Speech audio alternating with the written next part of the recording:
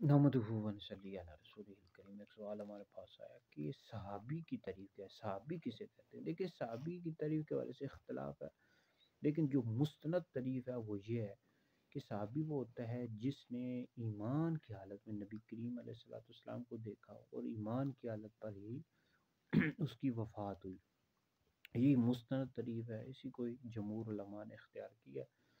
تو جو ایمان لانے کے بعد، یعنی جس نے نبی کریم علیہ السلام کو حالت ایمان میں دیکھا اس کے بعد مرتد ہو گیا تو وہ پھر صحابی نہیں ہے۔ تو جس کا ایمان کی حالت پر ہی انتقال ہوا وہ صحابی ہے۔ صحابہ کے بے شمار فضائل ہیں۔ حلیۃ الاولیاء میں حدیث ہے کہ نبی پاک علیہ السلام نے فرمایا کہ میری میری امت میرے صحابہ کے بارے میں میرا لحاظ کرنا، کیونکہ وہ میری امت کے بہترین لوگ ہیں۔ صحابہ کی عظمت بہت زیادہ ہے، نبی کریم علیہ السلام کے ساتھ ہی ہیں، انہوں نے ہر معاملے میں حضور علیہ السلام کے ساتھ رہے ہیں، جنگوں میں اور دیگر معاملات میں۔ تو کسی بھی نبی کریم علیہ السلام کسی بھی صحابی کی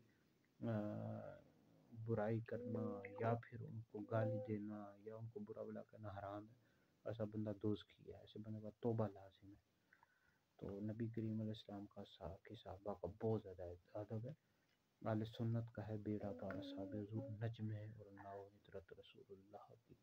ہم اہل سنت ہیں، ہم نبی کریم علیہ السلام کے صحابہ سے بھی عشق کرتے ہیں، حضور کی اہل بیت سے بھی عشق کرتے ہیں۔